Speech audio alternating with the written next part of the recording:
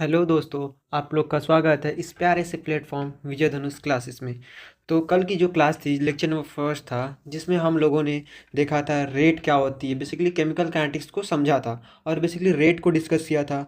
Rate क्या होती है और हम लोग देखे थे रेट ऑफ रिएक्शंस। किसी भी रिएक्शन के लिए हमने क्या देखा था, रेट ऑफ रिएक्शंस को हमने कल डिस्कस किया था। मान लीजिए हमारा कोई रेट है, मान लीजिए कोई रिएक्शन है, कोई हमारा रिएक्शन है, हमारा ए प्लस बी कि हमें क्या मिला सी। तो इस रिएक्शन के लिए हम क्या लिखेंगे, इस रिएक्शन को हम लिखेंगे रेट ऑफ रिएक्शन। आर क्या बोलते हैं शॉर्ट फॉर्म में, इसको हम बोलना चाहें तो इसको हम लोग क्या बोलते हैं, rate of rate of rate of reaction. अगर इस रेट ऑफ रिएक्शन देखें तो हमारा क्या होता था, बेसिकली हमारा होता था कंसंट्रेशन अपॉन टाइम के रिस्पेक्ट में करते थे। बेसिकली हमारा हो जाएगा आर बराबर हो जाएगा -dA/dt अपॉन स्टोइचियोमेट्रिक कोफिशिएंट। हमारा स्टोइचियोमेट्रिक कोफिशिएंट क्या है, ए। और क्या था हमारा, बराबर क्या हो जाएगा -dB/dt अपॉन स्टोइचियोमेट्री कोफिशिएंट, ये था। और इसी तरह प्रोडक्ट के फॉर्म में लिखे तो प्रोडक्ट फॉर्म में क्या हो रहा है, जो रिएक्टेंट अमाउंट है हमारा, ये बेसिकली क्या है, ये हमारा जो है, ये पूरा हमारा क्या है, रिएक्टेंट है। और ये हमारा क्या है, प्रोडक्ट है। ये हमारा प्रोडक्ट है। तो रिएक्टेंट की अमाउंट क्या होती है, समय के साथ साथ क्या हो रही है, कंज्यूम हो रही है। और प्रोडक्ट समय के साथ क्या हो रहा है, ये बन रहा है। तो इसी तरह इसमें क्या कंज्यूम हो रहा है, इसमें खत्म हो रहा है रिएक्शन में, इसका अमाउंट कम हो रहा है, इसमें क्या है नेगेटिव। और प्रोडक्ट क्या हो रहा है, फॉर्म, इसमें क्या लेते हैं, पॉजिटिव। इसी में क्या जाएगा dC/dt upon stoichiometric coefficient, dD/dt upon stoichiometric coefficient. तो अगर हम टोटली इसको बात करें, आर की बात करें तो हमारा क्या हो जाएगा 1/A। तो हम यहाँ बात करें आर की बात करें तो हमारा क्या हो जाएगा 1/A। अगर हम बात करें हमारा 1/A -dA/dt बराबर 1/B -dB/dt बराबर यहाँ पे क्या हो जाएगा। अगर इसी तरह हम बात करें 1/C dC/dt और हमारा क्या हो जाएगा dD/dt 1/D। तो हमारा क्या हो जाएगा, रेट ऑफ रिएक्शन। किसी भी रिएक्शन के लिए हमारा क्या हो जाएगा, यहाँ से रेट ऑफ रिएक्शन हो जाएगा। स्टोइचियोमेट्रिक कोफिशिएंट अगर सॉल्व करें यहाँ पे चला जाएगा। तो कल तक की हमारी डिस्कस हो गई थी। जो हमारा आज का टॉपिक, हमारा क्या आज का टॉपिक है, रेट लॉ। क्या होता है रेट लॉ। अगर हम बात करें बेसिकली आज के टॉपिक पे, अगर हम बात करें बेसिकली रेट लॉ, आज का हमारा टॉपिक क्या होने वाला है, रेट लॉ। हमने कल रेट को डिस्कस कर लिया था, रेट क्या होती है, काइनेटिक्स क्या होती है। तो हम आज का टॉपिक क्या है, रेट लॉ। हम जानते हैं बेसिकली किसी भी रिएक्शन का जो रेट होता है वो क्या होता है, किसी भी रिएक्शन का जो रेट होता है हमारा क्या होता है, rate of reaction directly proportional to directly proportional to directly proportional to directly proportional to product, ये हमें पता है।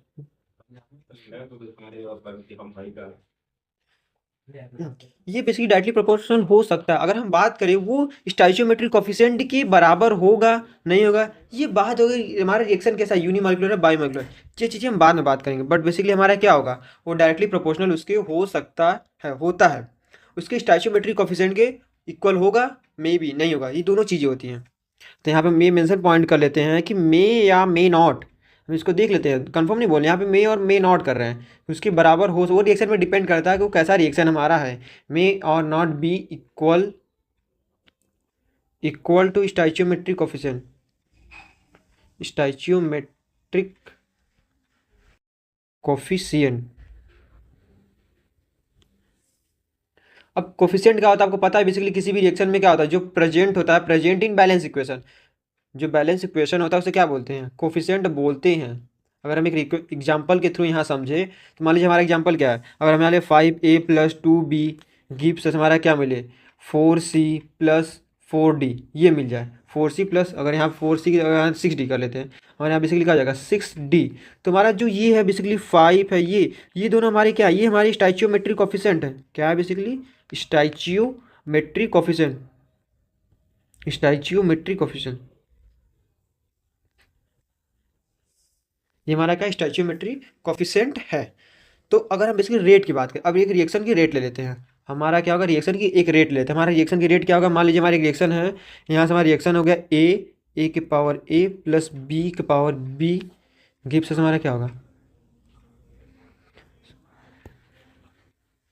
हमारा जो रिएक्शन होगा बेसिकली हमारा क्या होगा, ए प्लस बी हमारा गिब्स क्या निकल रहा है, हमारा क्या निकल रहा होगा, प्रोडक्ट हमें यहाँ मिल रहा होगा, हमें मिल रहा क्या रहा होगा, हमें यहाँ प्रोडक्ट मिल रहा होगा। तो हमने क्या बोला, हमारा जो पहला स्टेटमेंट क्या कह रहा था, किसी भी रिएक्शन का डायरेक्टली प्रोपोर्शनल किसके होगा, रेट ऑफ रिएक्शन जो आर ओ आर होगा वो डायरेक्टली प्रोपोर्शनल किसके होगा, प्रोडक्ट के डायरेक्टली प्रोपोर्शनल होगा।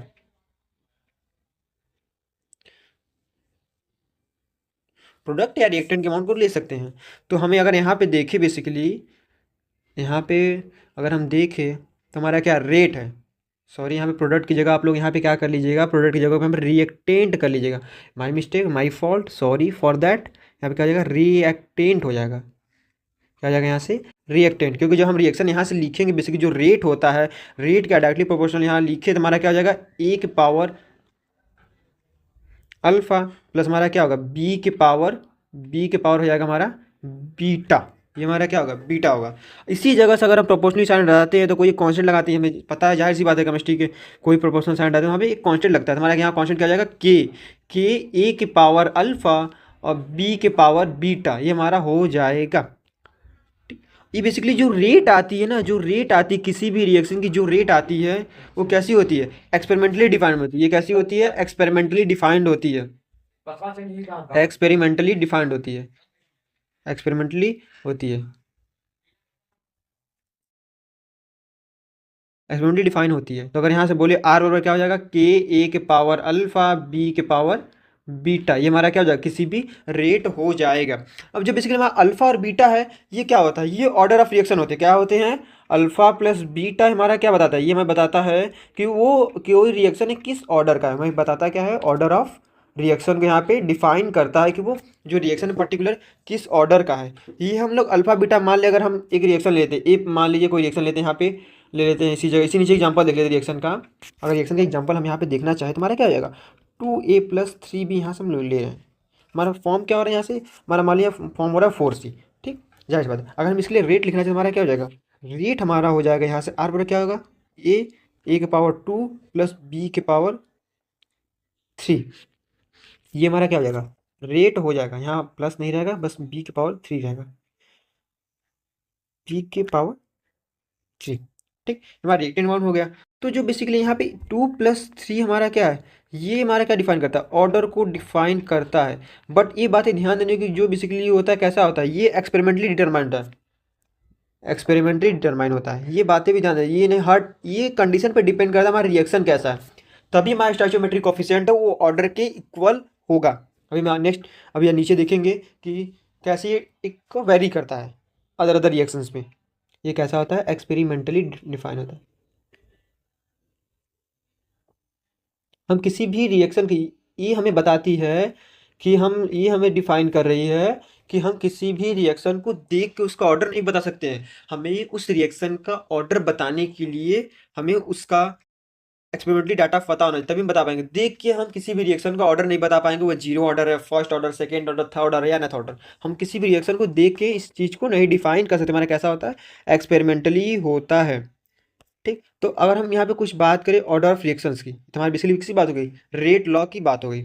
और एक रेट लॉ में बात कर लेते हैं, तो इसी क्या बोलते हैं, इसी को बोलते हैं एक्सपेरिमेंटल रेट, या इसको एक और टर्म बोलते हैं, यहाँ पे एक और टर्म बोलते हैं, या फिर बोलते हैं, अगर हम यहाँ के एक टर्म को बात करें तो हमारा इसी जगह एक टर्म और आता है,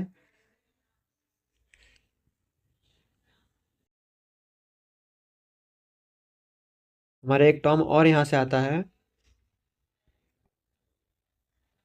या फिर इसको बोलते हैं इम्पेरिकल रेट, क्या बोलते हैं इसको, इम्पेरिकल रेट बोलते हैं, ठीक। ये तुम्हारी सारी सारी बात किसको, रेट लॉ की बात हो गई। हम बात करते हैं क्या, ऑर्डर ऑफ रिएक्शंस की, किसी भी चीज़ के लिए ऑर्डर ऑफ रिएक्शन क्या होती है, किसी भी रिएक्शंस के लिए ऑर्डर ऑफ रिएक्शन। तो इससे कुछ फिनोमिना है कि ऑर्डर ऑफ रिएक्शन की कितनी वैल्यू हो सकती है। अगर हम बात करें तो ऑर्डर ऑफ रिएक्शन क्या हो सकता है हमारा, जीरो हो सकता है, और क्या हो सकता है हमारा, फ्रैक्शनल हो सकता है,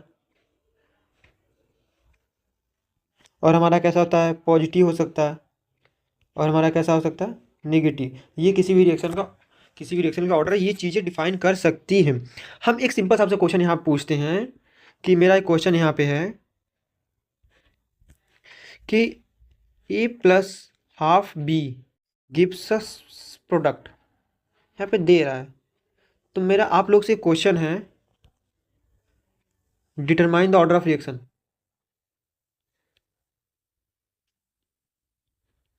डिटरमाइन ऑर्डर ऑफ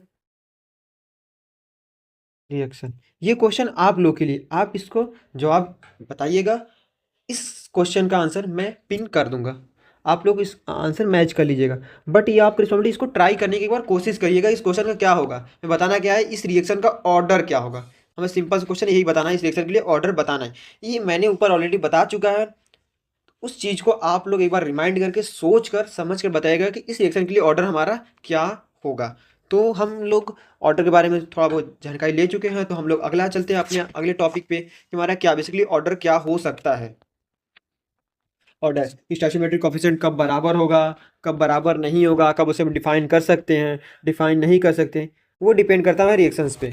अगर हम बात करें, कोई रिएक्शन हमारा हो गया ए बी प्लस बी, हमारा कोई क्या हो गया, रिएक्शन हो गया, हमें मिल गया ना, तो हमें मिल रहा है प्रोडक्ट में, यहाँ पे फॉर्म हो रहा है, हमें फॉर्म क्या हो रहा है यहाँ पे, प्रोडक्ट। तो इस रिएक्शन के लिए अगर हम रेट लिखे तो हमारा क्या होगा, आर के ए के पावर ए या फिर ए हो गया, और फिर क्या हो गया बी के पावर बी, ये हो गया। तो अगर हम बात करें, इसकी दो चीज़ें पॉसिबिलिटी हो सकती है, कैसे किस कंडीशन में क्या होगा, हमारा ऑर्डर बराबर हमारा यहाँ पे हो जाएगा, ऑर्डर जो होगा ए प्लस बी होगा। जिस कंडीशन की बात करते वो कंडीशन में अगला फर्दर आ गया। तो अगर हम बात करें यहाँ से, तो किस पॉइंट पे होगा, पहला होगा रिएक्शन नोन एज एलिमेंट्री या सिंगल स्टेप। तो हम लोग यहाँ देख रहे थे कि ऑर्डर ऑफ रिएक्शंस की किसी भी ऑर्डर के लिए अगर हमारा स्टोइचियोमेट्रिक कोएफिशिएंट कब होगा, वो स्टोइचियोमेट्रिक कोएफिशिएंट ऑर्डर के बराबर कब होगा, किस केस में होगा। अगर हम बात करें such reaction is known as elementary, मतलब वो एलिमेंट्री रिएक्शन हो या सिंगल स्टेप रिएक्शन हो, एलिमेंट्री रिएक्शन हो या फिर सिंगल स्टेप हो, या फिर कैसा हो हमारी रिएक्शन कैसी हो, सिंगल स्टेप रिएक्शन हो। ठीक, दूसरी पॉइंट क्या है, उसमें कोई intermediate, no intermediate present, no intermediate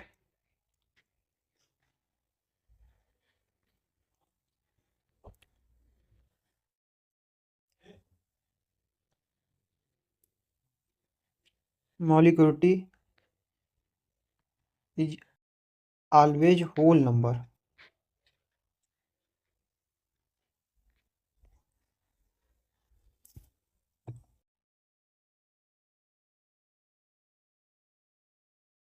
अगर केस की बात करें, अगर कोई भी रिएक्शन अगर ये 3-4 पॉइंट को फॉलो करता है, हमारा कैसा कोई रिएक्शन क्या हो, वो एलिमेंट्री हो, कोई इंटरमीडिएट प्रेजेंट ना हो, कैसा हो, उसकी जो मॉलिक्यूलरिटी है वो ऑलवेज कैसी होल नंबर, कोई फ्रैक्शन में ना हो, दैट केस क्या होगा, वो कैसा रिएक्शन होगा, उसकी जो स्टोइचियोमेट्रिक कोएफिशिएंट होगी वो ऑर्डर के बराबर होगी, उसकी ऑर्डर क्या होगी, बराबर होगी। हम एक एग्जाम्पल के थ्रू यहाँ से देख ले, हमारा कैसा एग्जाम्पल अगर देखें यहाँ से, तो हमारा क्या हो, फॉर एलिमेंट्री रिएक्शन, अगर यहाँ मेंशन कर दिया for an elementary reaction,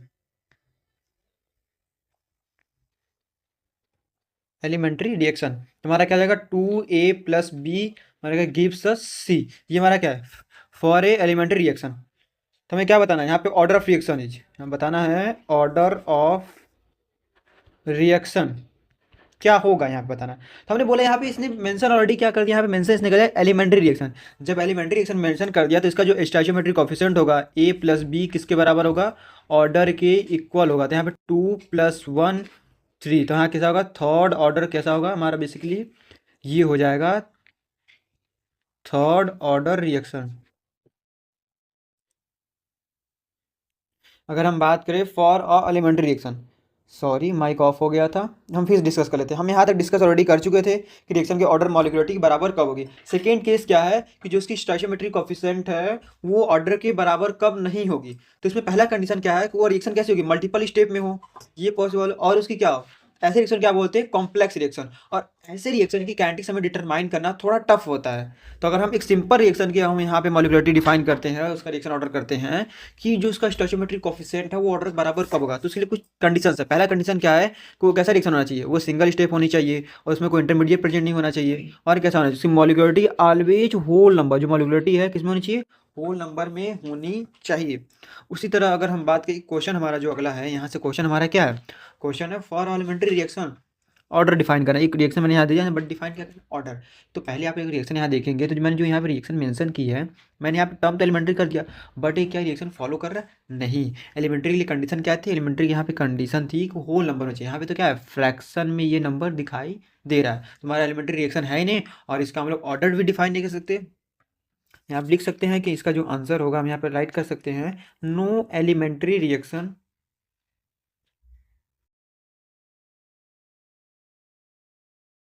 because molecularity मॉलिक्युलरिटी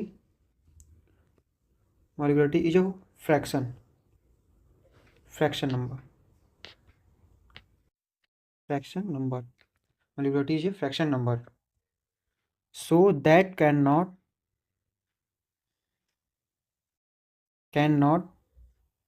determine order see the reaction, हम लोग किसी भी रिएक्शन को देख कर ऑर्डर उस टाइम पे डिफाइन नहीं कर सकते, क्योंकि जो ऑर्डर होता है हमें पहले ही पता है कैसा होता है, एक्सपेरिमेंटली डिफाइन होता है। तो आई होप आप लोग के यहाँ से रेट लॉ क्या होती है, ऑर्डर क्या होती है, इतनी बातें आपको समझ में आई होगी। तो जो हमारा अगला टॉपिक होगा ऑर्डर ऑफ रिएक्शंस में, हमने ऑर्डर को देख लिया, तो हमारा जो अगला टॉपिक होगा जीरो ऑर्डर रिएक्शन, हम लोग उसको डिफाइन करना शुरू करेंगे। तो आज के लिए इतना ही, हम मिलते हैं नेक्स्ट लेक्चर में। Okay, thank you.